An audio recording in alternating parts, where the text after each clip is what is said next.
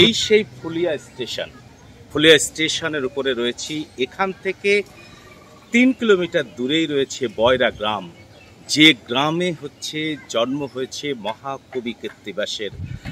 যে কৃত্তিবাস ওঝার শ্রীরাম পাঁচালী বা রামায়ণ, তার যে 7 কাণ্ডে রামায়ণ, যে রাম কথা বাংলার ঘরে ঘরে বাংলা ভাষায় তিনি পৌঁছে দিয়েছিলেন, সেই মহাকবির জন্মস্থান ফুলিয়াতে। ফুলিয়া থেকে 3 কিলোমিটার দূরেই রয়েছে বয়রা গ্রাম। সেই গ্রামে আজকে যাব। মহাকবির এই যে রামায়ণ, সেই রামায়ণের প্রতি আকৃষ্ট হয়েছিলেন মাইকেল মধুসূদন দত্ত। মাইকেল মধুসূদন দত্ত তিনি বলেছিলেন যে বাংলা সাহিত্যের অলঙ্কার হচ্ছে কৃত্তিবাস। সেই কৃত্তিবাস ওঝার জন্মস্থান রয়েছে এখান থেকেই মাত্র 3 কিলোমিটার দূর বয়রা গ্রাম। সেই গ্রামে আমরা যাচ্ছি, আমি আর সুতপা যাব। আমাদের সঙ্গে থাকুন, পুরো ভিডিওটা দেখুন। স্টেশন থেকে নেমে আমরা বয়রা গ্রামে বৃষ্টি স্নাত প্রাকৃতিক সৌন্দর্যের মধ্য দিয়ে বয়রা গ্রামে আসলাম। কৃত্তিবাস স্মৃতি তোরণের সামনে রয়েছে। এই কৃত্তিবাস স্মৃতি তোরণের সামনের রাস্তা দিয়ে আমরা এগিয়ে যাব। এখানে আমরা আসলাম কৃত্তিবাস ওঝার স্মৃতি বিজড়িত যে মূল তোরণটি, এই যে পেছনে মূল তোরণ, পেছনে গ্রামের একেবারে অপরূপ সৌন্দর্যের মধ্য দিয়ে আমি আর সুতপা যাচ্ছি।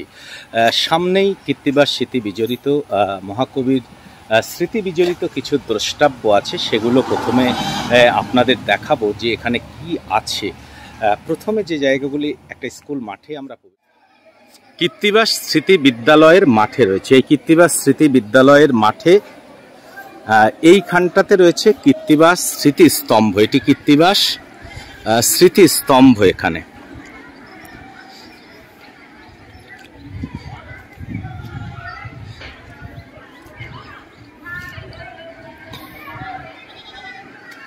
কৃত্তিবাস স্মৃতিস্তম্ভ।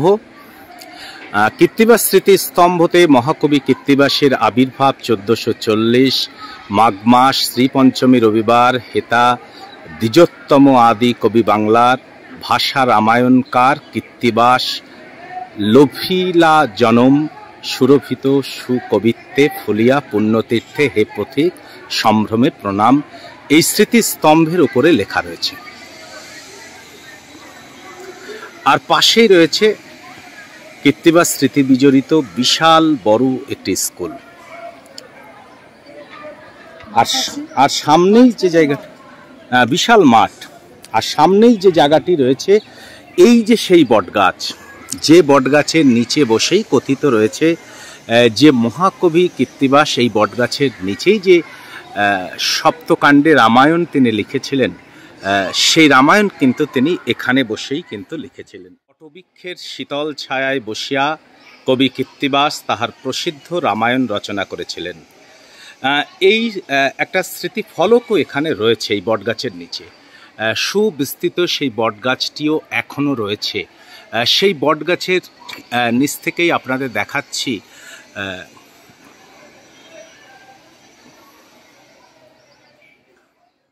বটগাছটা রয়েছে। এই বটগাছের নিচেই মহাকবি বাংলা ভাষায় রামায়ণ লিখেছিলেন। এই যে বাংলার ঘরে ঘরে রামকথা পৌঁছে গিয়েছিলেন যার হাত ধরে, সেই মহাকবি কৃত্তিবাস, তার স্মৃতি বিজড়িত জায়গায় রয়েছি সেই বটগাছের নিচে। সেই বটগাছটি এখনও রয়েছে। সেই বটগাছের নিচে কিন্তু একটা ফলকও রয়েছে। আমরা মাঠে, আমরা স্কুলের যে স্কুলটি রয়েছে কৃত্তিবাস স্মৃতি উচ্চ বিদ্যালয়, সেই উচ্চ বিদ্যালয়ের একদম সামনেই কিন্তু স্মৃতি ফলক, সেই বটগাছ যেখানে বসে তিনি রামায়ণ লিখেছিলেন, সেই জায়গাটিতে রয়েছে। সেটা দেখাচ্ছি আপনাদের। বটগাছটি ছায়া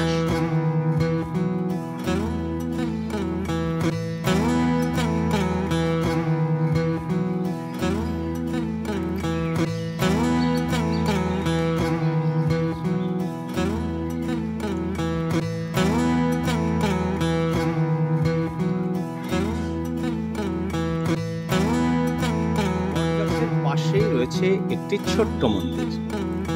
সেই মন্দিরের মধ্যে কৃত্তিবাসের একটি মূর্তি রয়েছে। এখানে রাম সীতার মূর্তি রয়েছে, লক্ষ্মণ এবং হনুমানের কিন্তু মূর্তি রয়েছে এই মন্দিরে।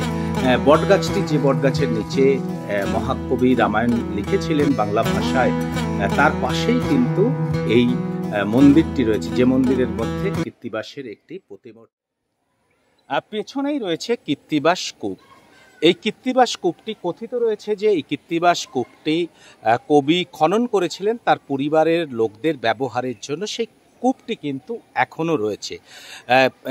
যে বটগাছের নিচে রামায়ণ লিখেছিলেন মহাকবি, সেই বটগাছের পাশে তার একটা ছোট্ট মন্দির, যেখানে মহাকবির প্রতিমূর্তি রয়েছে এবং পাশে কৃত্তিবাস কূপটিও রয়েছে।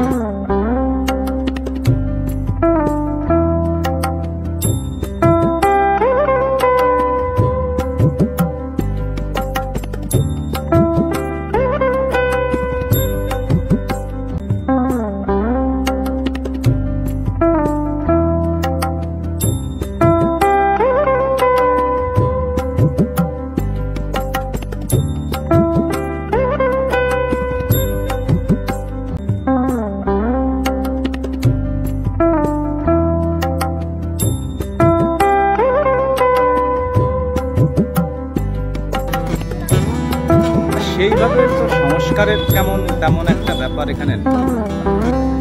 এই বটগাছের নিচে, এটা বটগাছের পেছন দিকটাতে আমরা এসেছি। এই পেছন দিকটা এখনো বটগাছটা কিভাবে মাথা তুলে দাঁড়িয়ে আছে, সে কি আজকের কথা? এই গ্রামের রাস্তা দিয়ে হেঁটে যাচ্ছি, মানে বয়রা গ্রাম, যে গ্রামে মহাকবির জন্মস্থান। ওই দ্রষ্টাব্যগুলো দেখে, মানে যে বটগাছের নিচে তিনি রামায়ণ লিখেছিলেন, এছাড়া রয়েছে কৃত্তিবাস কূপ, তার স্মৃতিতোরণ রয়েছে, একটা ছোট্ট মন্দির রয়েছে যেখানে কৃত্তিবাসের একটা প্রতীকক্ষেত্র রয়েছে। সেটি দেখার পর আমরা যে পাশ দিয়েই রাস্তাটি গ্রামের মধ্য দিয়ে প্রকৃতির অপরূপ সৌন্দর্য, মানে সবুজে ঘেরা, সেই সৌন্দর্যকে উপভোগ করতে করতে আমি আর সুতপা এগোচ্ছি সামনের দিকে। একটি হরিপাট আছে যেখানে অস্থি সমাধি রয়েছে, মহাকবির অস্থি সমাধি এই হরিপাটের মধ্যেই রয়েছে। সেই জায়গায় আমরা যাচ্ছি।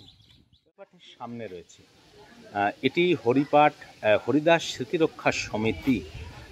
এই হরিপাট মানে হরিদাস আর কি মহাপ্রভু চৈতন্য দেবের অন্যতম শিষ্য ছিলেন।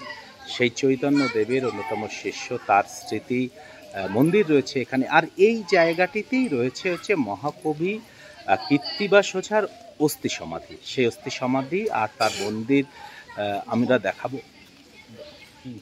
এই যে আমাদের সঙ্গী, দেখো সঙ্গী এসছে আমাদের।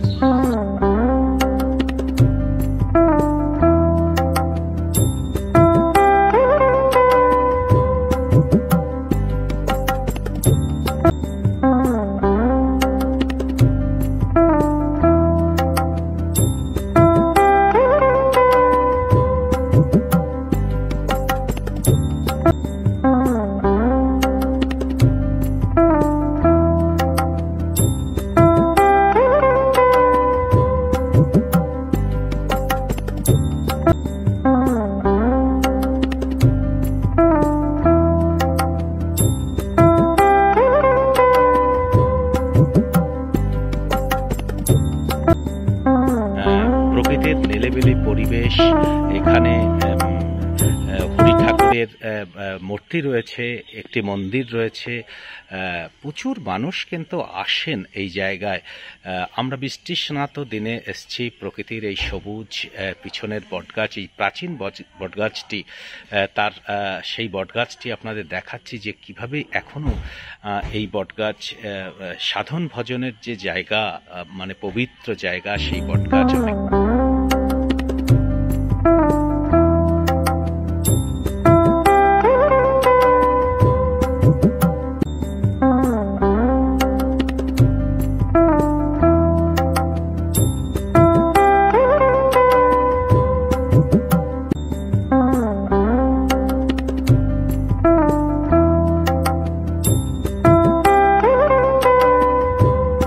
একদম হরিপাঠের গায়ে লাগানো রয়েছে এই মিউজিয়ামটি। মিউজিয়াম এবং লাইব্রেরি, এর মধ্যে মহাকবি কৃত্তিবাসের নানা দলিল দস্তাবেজ, নানা নথি রয়েছে। এখন আমরা ওই মিউজিয়ামে যাচ্ছি। মিউজিয়ামে কি আছে সেটি আপনাদের সামনে তুলে ধরব।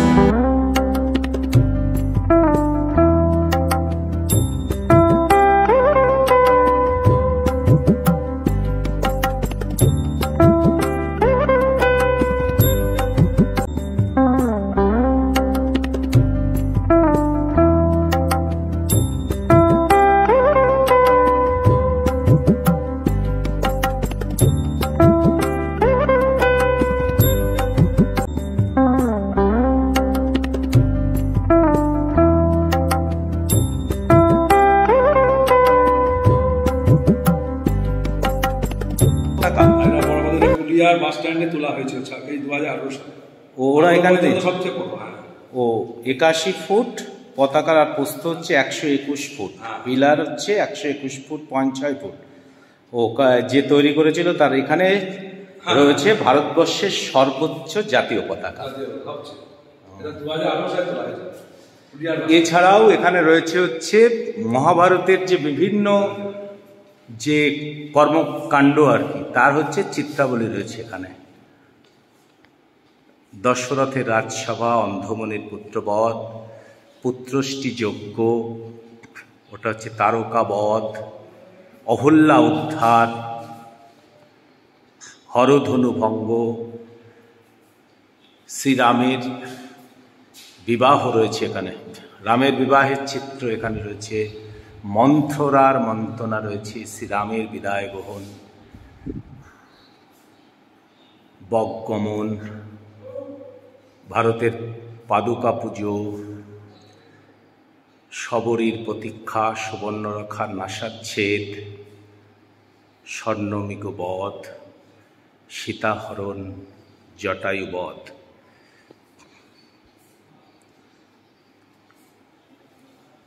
সুগ্রীবের সাক্ষাৎ, বালিবধ। রামায়ণ বাংলা ভাষায় রামায়ণ।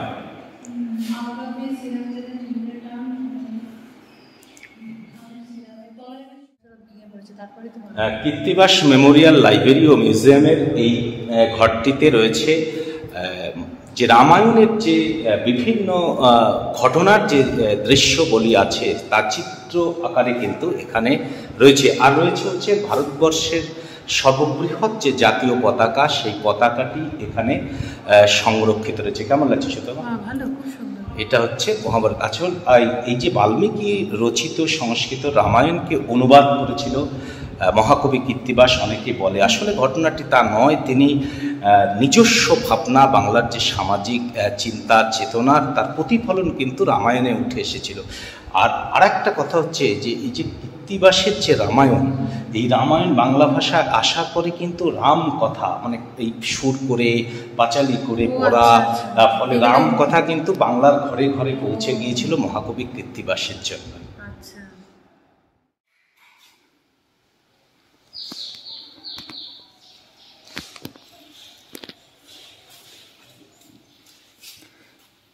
এটার মধ্যে কি আছে? এটার মধ্যে আপনার আছে ওই যে রামায়ণের যে আসল বই যে কীর্তিবাস লিখেছিলেন, এই যে রেপ্লিকা, সেই বইটা এখানে নেই, সেটা ফ্রান্সে আছে।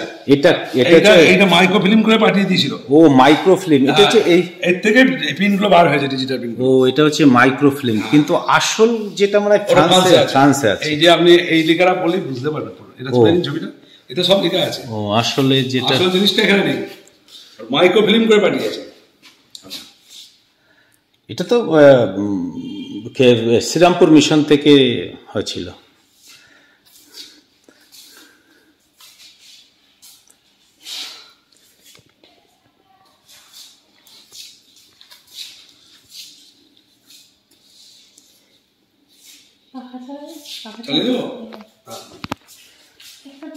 এগুলো কি আছে? এটা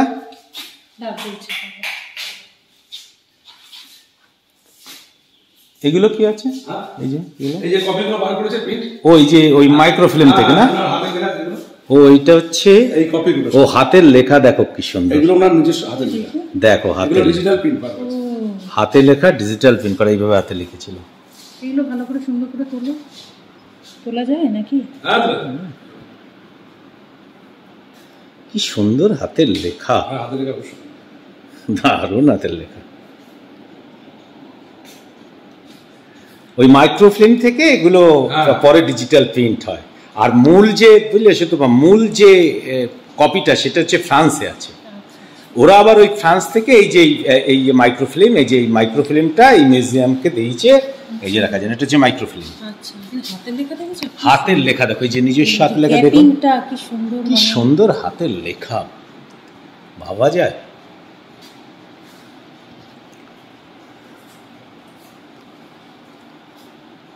এটা মনে হয় বই ওনার নাকি? এগুলো মানে অনেক মানে কয়েক বছরে যে সপ্তকাণ্ড রামায়ণ বইগুলো বেরিয়েছিল, ও যে বইগুলো বেরিয়েছিল ওনার কয়েক বছরের আগে, অনেক দিন বই।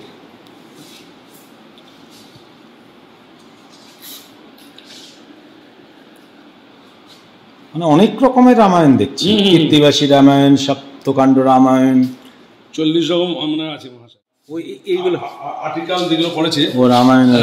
এটা যে আমাদের যে প্রাক্তন লাইব্রেরিয়ান কেশব বাবু, ওনার হাতে করা এগুলো। ইংরেজিতে অনুবাদ করা নাকি? এই যে ও ওই যে ইংরেজিতে অনুবাদ করা এগুলো রয়েছে না সব? এগুলো উনি করেছিলেন। ও সংগ্রহগুলো ওনার করা। কে করেছিল উনি? কেশব বাবু। কেশব বাবু, কেশবলাল চক্রবর্তী, উনি ছিলেন এর প্রাক্তন লাইব্রেরিয়ান। ও লাইব্রেরিয়ানই করেছিল? হ্যাঁ, উনি করেছিলেন। এই রামায়ণের উপর পড়েছিল। আর এগুলো কি করা আছে? এগুলো এই যে রামায়ণের অনেক মানে বইগুলো আছে। ও রামায়ণের উপর? বাবা, প্রচুর রামায়ণের সংগ্রহ আছে, প্রচুর রামায়ণ। ও রামায়ণের দেখো সংগ্রহ, যত রামায়ণ আছে তার সব সংগ্রহ। সব সংগ্রহ।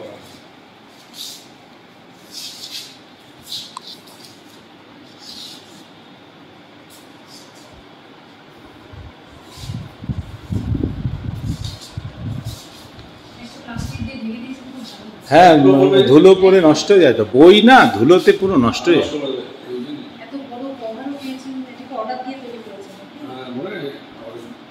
এটা আমি বলতে পারবো, আমি তো নতুন হয়েছি, এবারে হাত বদল হয়ে যাবে, জায়গাটা চেঞ্জ হয়ে গেছে। মানে যতটা ভালো করে রাখা যায় আর কি, এই চেষ্টা। আসলে এখন লোকজন তো খুবই কম। কোথায়? এটাই আসল তালিকা। ও এটা হচ্ছে, একটু লাইটটা জ্বালিয়ে দেন না। বাহ, পুরো বংশ পরিচয়ের তালিকা রয়েছে, কীর্তিবাসের বংশ তালিকা। এটা এই বংশ তালিকাটা কারা করেছিল?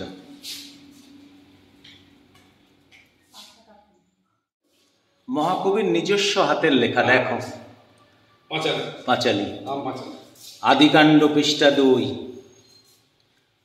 হাতের লেখা। মেমোরিয়াল লাইব্রেরি ও মিউজিয়াম থেকে বেরোলাম। এখানে অসাধারণ সমস্ত কীর্তিবাসের নিজস্ব হাতের লেখা, মহাকবির নিজস্ব হাতের লেখা সমস্ত রেপ্লিকাগুলো রয়েছে। তার যে মাইক্রোফিল্ম পাঠিয়েছিল, সেই অরিজিনাল মাইক্রোফিল্ম থেকে ডিজিটাল প্রিন্ট করে এখানে রাখা রয়েছে নিজস্ব অসাধারণ হাতের লেখা। এছাড়া নানা কিছু রয়েছে, কীর্তিবাসের স্মৃতি তথ্য রয়েছে, নথি রয়েছে, দস্তাবেজ রয়েছে। অসাধারণ লাগলো আমাদের অভিজ্ঞতা। মানে সেই বলতে কি যেন বলা হয় যে জন্ম কি আহা কি দেখিলাম, জন্ম জন্মান্তরে ভুলিব না। লেখা দেখেই তো আমরা অবাক হই। মানে হাতের লেখা, সুন্দর হাতের লেখা, এখনকার ছেলে মেয়েদের তো না এত সুন্দর লিখেছে, ওটা নিজের চোখে না দেখলে বোঝা বড় মুশকিল। আমরা আজকের ব্লগটা এখানেই শেষ করব।